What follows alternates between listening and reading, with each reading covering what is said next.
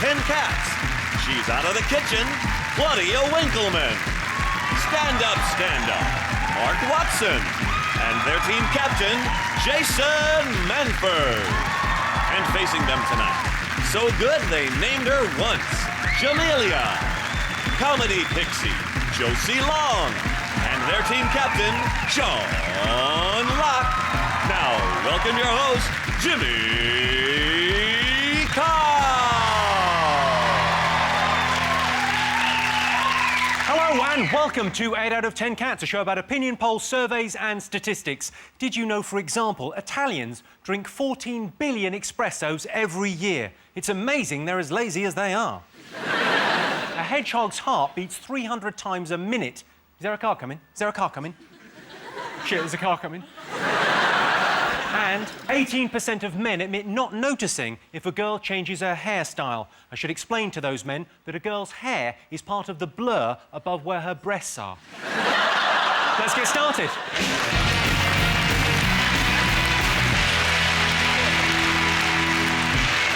What are you talking about? That's the name of our first round. We've teamed up with a leading polling organisation and they've asked the British nation what stories they've been discussing this week. It's our panellists' job to guess the British public's top 5 most popular talking points. Jason, what have the nation been talking about? It's got to be the Iran elections. What's his name? Where's my dinner, Dad? That's a particularly northern take on that. Is that not what his name is? Ahmadinejad. Yeah, that's what I said. He's basically cheated, hasn't he? He's come in, he's now the boss, and they're saying he shouldn't be. It should be the other fella. But also, there's a letter that's been going around. Musavi said that there's a proper letter that proves that he had won, but now people don't know whether it's Well, you know what they should do? They should put it to the vote. Iran does sound like a weird country. Imagine being able to choose your Prime Minister. Musavi should have done what that little girl did on Britain's Got Talent. You know, when she got her song wrong. Yeah. He should have gone on Iranian television just gone, I should have won. And the Ayatollah should have gone, we don't know where we'll find it, but we'll find the time to have another election. Thank you. I have sort of problems with Mahmoud Ahmadinejad, right? Because I totally disagree with pretty much everything he stands for, but he's a bit good-looking, and so it's like if you're reading the newspaper and then you see a picture of a really sexy rapist, and you're like... it's like, no, but you're like, oh. In all honesty, I don't really get this Iranian election thing. I mean, I get that the guy cheated and all of that, but I just got something on Twitter. I remember, so once it's on Twitter, it must be serious, I think. They've cut off the mobile phone, so you can't text or call in Iran at the moment because they're worried about the protesting. So everyone went on Twitter. And it actually became kind of a force for good rather than celebrity tittle-tattle for the day. They've locked Facebook as well, haven't they? They're not allowed to go on Facebook, because Ahmadinejad accidentally put as his status is rigging the election, LOL. I mean, I obviously don't follow Twitter. You don't know what you're missing. Where I live, there's a butcher's shop, and if I want to leave messages to any friends, I'll just walk up to it and I just huff on the window and write something there. And then if anyone wants to see it, they can just walk past and go, oh, Sean's got a big cock. OK, let's see if the Iranian elections is one of the most talked about things this week. Yes, it is. Yes, this is the story that Ahmadinejad has claimed victory in the Iranian presidential election, the European Parliament, Junior MasterChef and Britain's Got Talent. Sean, Jamelia and Josie, what have the nation been talking about this week? Madonna's been at it again. She's adopted another child, which is fantastic news for everybody. It is odd. It is odd she's able to adopt. She couldn't obviously adopt here because she's a single 50-year-old mother of 3 who works nights dancing in her pants. If I could get adopted, I would get adopted by Billy Bragg. That's like my dream person to adopt me. If he's out there, just... Do you have I'm parents? like no trouble. Yeah, I've got parents. They're great. Will they be watching this? Going, what, we haven't written enough protest songs. What do you want, love? I would choose Adam Woodyard. Wow, people He's have my actually got this... favourite celebrity. I interviewed him once. He's number 1, smiley. Number 2, charming. This is Ian Beale we're talking about here. Number 3... She wants Ian Beale to be her dad. He just seems... he's very friendly. They're slagging Madonna off in the paper, like, but she's going to make this child's life better. I mean, I'm from Manchester, and I'm doing all right for myself, but even she would make my life better, you know, so... Yeah, if Madonna offered to adopt me, even at this point, I'd consider it. I'd say so. Yeah. She's probably got things like a jacuzzi. I wouldn't want to be adopted by Madonna, because, I mean, you would never see her, would you? I probably would see as much of Madonna as this little girl. Apparently they're going to teach her English, because she only knows hello and goodbye. That's all she needs. She goes, hello, Madonna. Oh, goodbye, Madonna. She's got a tannoy in her gym. She's on her exercise bike. She's just going, good night, kids. I love you. It's Madonna, by the way. Let's have a look and see whether Madonna adopting a baby is one of the most talked about things this week.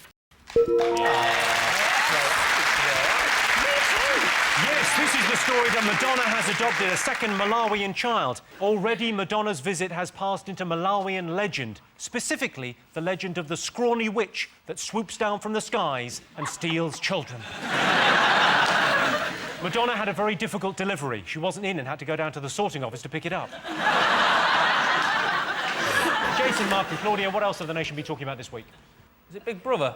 It's the 10th series now, and I've always been a fan of Big Brother, but there's been a few points where I think even the voiceover bloke sounds like he's getting a bit bored. Yeah. So one day I just want to turn it on and go, dear whatever it is in a Big Brother house. One of them has said something that's upset the other one, but the other ones don't care. Here's the thing, Davina, brilliant. The house, brilliant. Who's your favourite housemate? Well, then the problem is, then they fill the nice, lovely house with the cool sofa and the, oh, you can come over here and make a smoothie with twats. Sorry, Shri is not a twat. No. Shri is amazing. He's obsessed by this girl. He's obsessed by Noreen. He's in the same house as her as he's obsessed by her, so it's come in really handy. It's a stalker's paradise. Was he stalking her before the show? I mean, that's incredibly lucky. If you're stalking someone and you both end up in the Big Brother house. There is some great bits in it, like when they were doing that dancing flower thing, Siavash said, oh, I wish we had a camera. What gets me is that Big Brother, like, every year, it's like they're trying put, you know, wackier, weirder people in every year to make it more controversial. And I think that the only way, you know, it's only going to end up, you know, we're going to have, like, a killer. But no, not like an active killer, like someone who was a killer.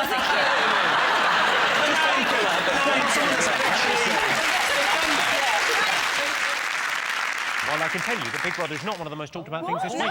Big Brother continues. Shri has been very touchy-feely with Noreen, who'd prefer him to be a bit more fucky-offy. Charlie, the former runner-up in Mr Gay UK, says he dreams about being in a boy band. Or having a boy band in him, he's not fussy. OK, Sean, Jamelia and Josie, what else have the nation been talking about? Is it the British Airways? They're in trouble. They're in trouble. They've asked their staff to take a cut. In fact, apparently last month they lost 401 million. I'm not sure whether that's pounds or suitcases. But, they've actually asked their staff to work for a month for free. They've asked pilots to take a 2.6% pay cut. If I was a pilot, I would take a pay cut on the condition that I could fly a bit worse. Yeah. Just like a bit worse. So I'd be doing fine and then just... fine. I'd land short of the destination. That's what I'd do. 2.6% short of the destination. I think Ryanair are actually ahead of you here. The CEO says that he won't take his salary in July. Do you know how much his salary is just for July? 60 grand, isn't it? £61,000. So, like, what I love is it's fine for him not to take it. I'll still have small men just licking my chin if I feel like it. And everybody else... That is one of life's luxuries, to be fair. I heard that it's part of the unemployment figures, isn't it? The job centre and stuff are saying there's too many people applying for too fewer jobs, basically. Yeah, well, this is part of the bigger story. There are over 2 million people unemployed in Britain. Yeah. But also, there's some statistic. I think McDonald's have turned down loads of people, but are still managing to employ, explain this to me, 140 people per day. Yes, McDonald's receive 2,200 job applications every day. McDonald's could easily employ loads more people by employing somebody to go on the second window at the drive-thru. Yes. There's nobody ever on that second window. First window, you pay your money. The last window, you collect the food. Why is there a second window? I always want to see Ronald McDonald on his fag break, just sat in there. Right, mate. See that Colonel? Tell him he's a prick.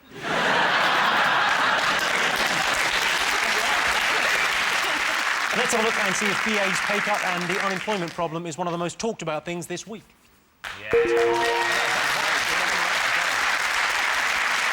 Yes, new unemployment figures were revealed this week. Gordon Brown is very worried that unemployment figures will rise again next year. They will, Gordon, by at least 1. OK, fingers on buzzers. What else have the nation been talking about?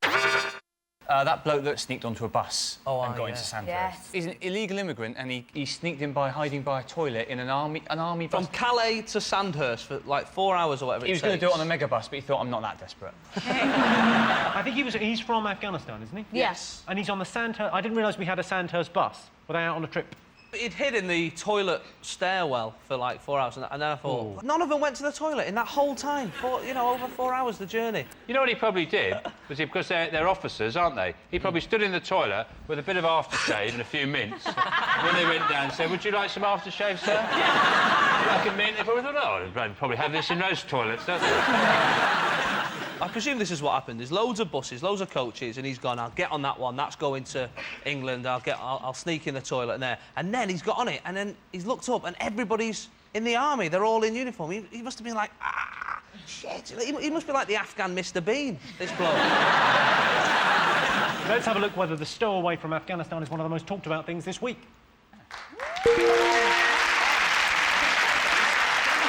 Yes, an Afghan stowaway got into Britain by hiding on a coach bound for Sandhurst. The stowaway was spotted by one soldier, but at the end of the journey, none of the others had guessed what he'd spied with his little eye, beginning with an A. OK, one more thing to get fingers on buzzers. I think it's the girl who said, yes, I'd like to be in the cabinet, called Kitty. So this is Kitty Usher. Yeah, so she brand new to the cabinet, was brought in, don't worry, this one, clean as a whistle, lovely, flipped her house, saved 17 grand, didn't think she'd bring it up during the interview. 10 days in, Telegraph, hello, we're gonna report what you've done. She resigns, but says it's not because of the 17 grand saving, it's because she can't do that job and be a mum. That's exactly the story. Amazing. Fair play to you. Yeah, that was good. You've nailed that. I just think, like, if you're a politician and you've got... Maybe it's because I'm from Birmingham, I don't know. But if I've got access to all this free money, I'd probably fiddle. That is because you're from Birmingham, yeah. Are they actually taking anyone's personal money? Yes, ours. Yeah, ours. I don't think you've ever paid any tax, Jamelia. Yes, I have, You ever wondered where that goes? Kitty Usher's back pocket. The other thing I think is interesting about this was the fact that some of the claims were outrageous. People got very upset about them. There was the moat, which I thought was incredible, just claiming for a moat. How the look on the guy's face when he put that receipt in, he said, what's this? It's some moat. Remote? No, it's just a moat. Just a moat. And that's on his second home. If your second home is a castle, what's your first home? Like Willy Wonka's chocolate factory? How can you be representing the people in your constituency if there's a bloody great ditch between you and them? Well, hopefully they'll turn it from a luxury into a necessity in the coming weeks. Yeah. They march towards it with pitchforks. I was disappointed with some of the amounts. Like, fair play to Kitty Usher. At least she went for it. 17 grand. If you're going to fiddle it properly. Not these people who went, oh, I got 75p back for a Scotch egg. You know what I mean? One good thing that comes out of this, if you're walking down the street and you see an MP with a Kit Kat, you're entitled to just go off and break off a bit. I paid for this. Yeah, this is pepper in better with a pepper army because you can bend it over and then go too hot.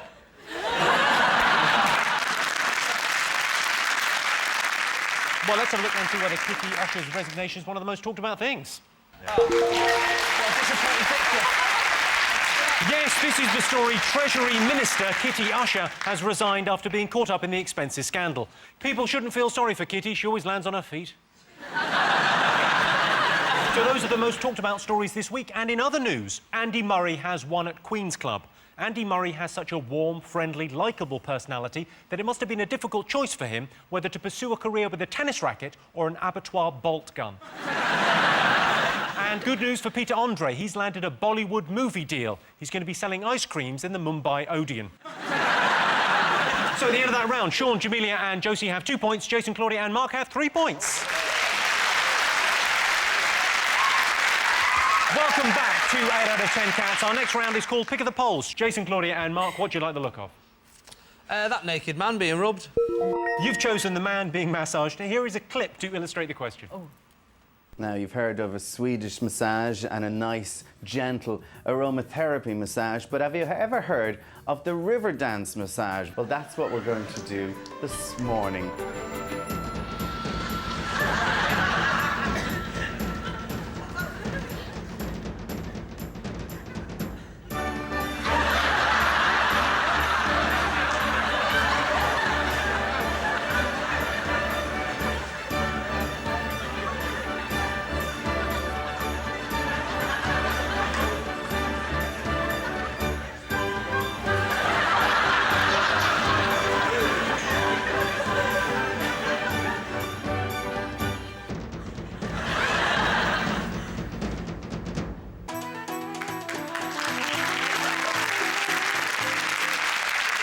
Well, that is terrifying.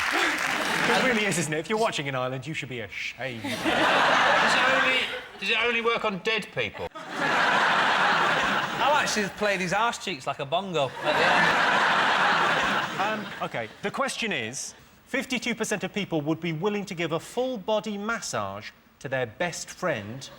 True or false? Depends who your best friend is, doesn't it? If your best Yes, friend's... I think you know. yes. If your best friend goes, oh, I'm so achy, Who's your best friend?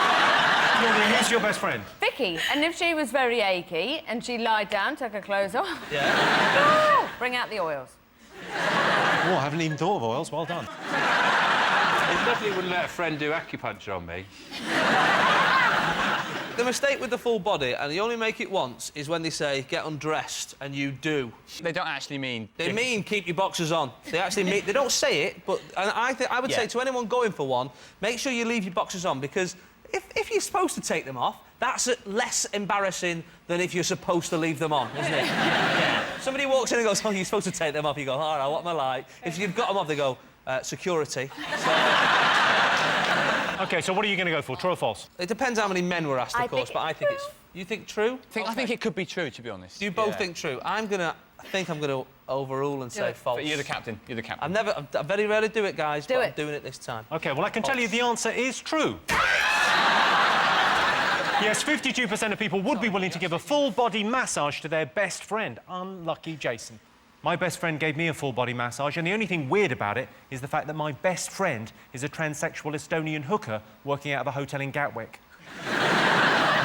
Sean, Josie and Jamelia, what do you like the look of? Birmingham's got to be. And it better not be anything bad. No, it's nothing bad about Birmingham. Well, what's going to happen if it is? What are you going to do? I'm going to You're beat gonna him attack up. Yeah, I'm going to attack him. Let's pick Birmingham and hope it's bad. Birmingham is a shithole. Why?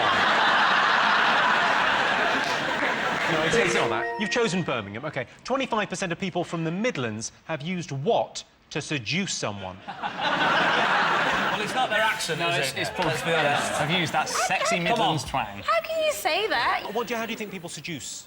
Seduce? How would you seduce someone? Would you wear, like, some sort of cerise boob tube? Sold. You're such an idiot.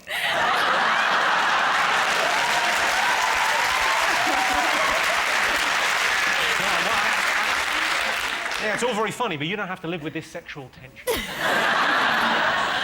In Birmingham, everyone like smiles at each other and they say hello, even if you don't know each other. You're painting Birmingham to be something that it really isn't. It is. It really. Sound like Venice. I swear, suppose, people do like smile at each other. But then when I first came to London, I did that, and they were kind of like looking at me like I was a weirdo. I had the same thing, Jamelia, actually, coming down from the north. I remember getting to Euston, and there was a fella reading, I think it was Da Vinci Code at the time. It was before it, kicked off into the big success, and I sort of wandered over and I said, oh, is it any good, that?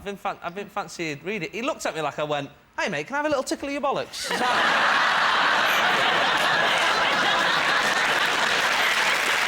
I was asking about the book. Singing? It's not singing. Is it hover boots? You comments, oh, look at me! I'll give you a clue. It's something that I would associate with doing with your family. Oh, Pictionary. I'll give you that. I'll give you that. What? No, I'll give you that. Really? It's Pictionary? 25% of people from the Midlands have used a board game to seduce someone. That's amazing. I think the idea of that is that you get someone so bored that they go, oh, go on, have a crack. Other successful seduction techniques in the West Midlands include wearing trousers, having a van with its own mattress, and not having sick down your shirt. So at the end of that round, it's 2 points for Sean's team and 4 points to Jason's team. And the winner is the name of our final round. Here is your first one. Top thing we learn from our dads. It's mostly sayings. My dad, you know, I think that's what most people learn from dads. Very, like, you know, you say, you can't make an omelette. Very pessimistic man, my dad.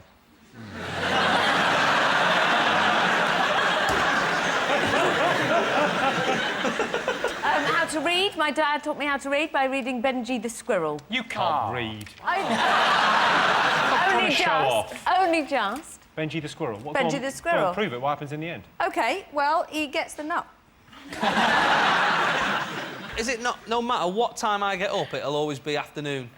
Like, no matter what time, you'll always be after your dad. It'll be like, afternoon, son. Yeah. Afternoon. Even at 6 o'clock in the morning. Yeah, it's like, it's half eight, Dad. Afternoon. I've only been to the shop, got the papers. I remember when I was about 12 or 13, friends are very important to you, and my dad had 4 kids, whatever. I remember thinking, you never see his friends, because he's just busy, he's working busy. I said to him, Dad, where are all your friends? He said, well, they're doing exactly the same as me. He said, they're sitting down after a hard day's work, having a whiskey and answering stupid questions.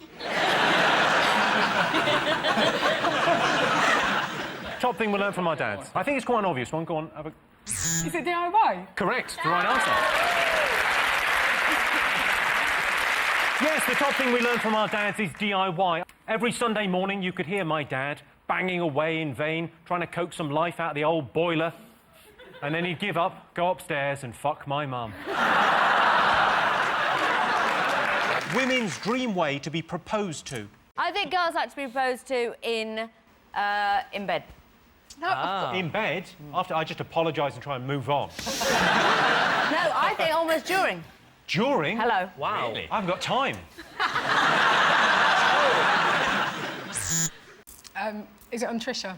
That's my dream way. That would Because then be. you can ask for a DNA test straight away. And you can ask for, like, a lie detector and all that. But if you're proposing to someone, a DNA test would be to find out whether they're the same species. Is it outside Yates's? and you're holding her hair as she's having a little bit of a sick. Again, There's some places in Manchester where if you did that, you'd be quite the David Niven. I didn't take any risks when I proposed. I put a note up the cat's arse. And when it went into the kitchen, I thought she'd go, what's that in the cat's arse? Will you marry? It's a bit smudged here. I like the way that my husband proposed to me. Like, he proposed in front of people. I honestly think I probably would have said no if it was just like me and him.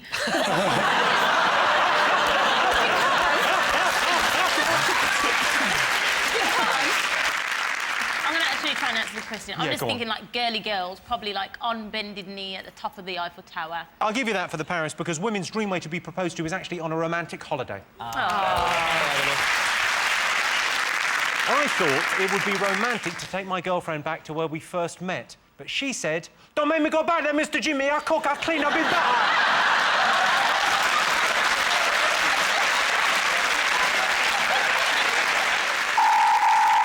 Well, that sound tells me it's the end of the round and the end of the show, which means the final scores are Sean, Jamelia and Josie have 4 points, Jason, Claudia and Mark have 4 points. It's a dead heat. Everyone's a winner. Thanks to all our panellists, our wonderful studio audience, and to all of you for watching at home. That's it from us. Good night.